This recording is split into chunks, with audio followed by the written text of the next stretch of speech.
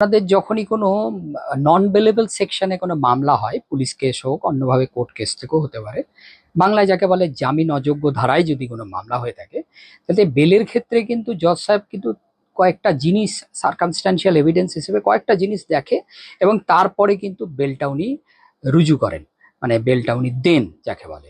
তো সেই চারটা জিনিস কি হতে পারে? নাম্বার ওয়ান হচ্ছে তার এই যে মামলাটা হয়েছে তার গুরুত্বটা দেখা হয়, যে কোন কতখানি গুরুত্বপূর্ণ, তার গুরুতর তার মামলার মধ্যে পড়ছে। দুই হচ্ছে তার অ্যান্টিসিডেন্ট ভেরিফিকেশনটা দেখা হয়, যে তার পূর্বে কোনো ক্রিমিনাল নেচার আছে কিনা বা অন্য কোনো কিছু।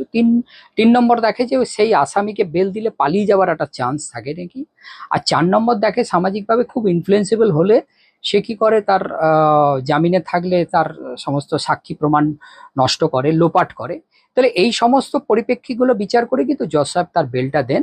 তো যে অ্যাডভোকেট সাহেব এটা বেলটা মুভ করবেন, তাকে এই সমস্ত পরিপ্রেক্ষিতে নিজেকে তৈরি হয়ে বেলটা করতে হবে, যাতে আমাদের কোর্ট কনভিন্স হয় এবং জজ সাহেবের ডিসক্রিশনে পাওয়ার থাকে, সেই পাওয়ারে ওনারা বেলটা দেন। অতএব আপনারা এগুলো দেখে নেবেন।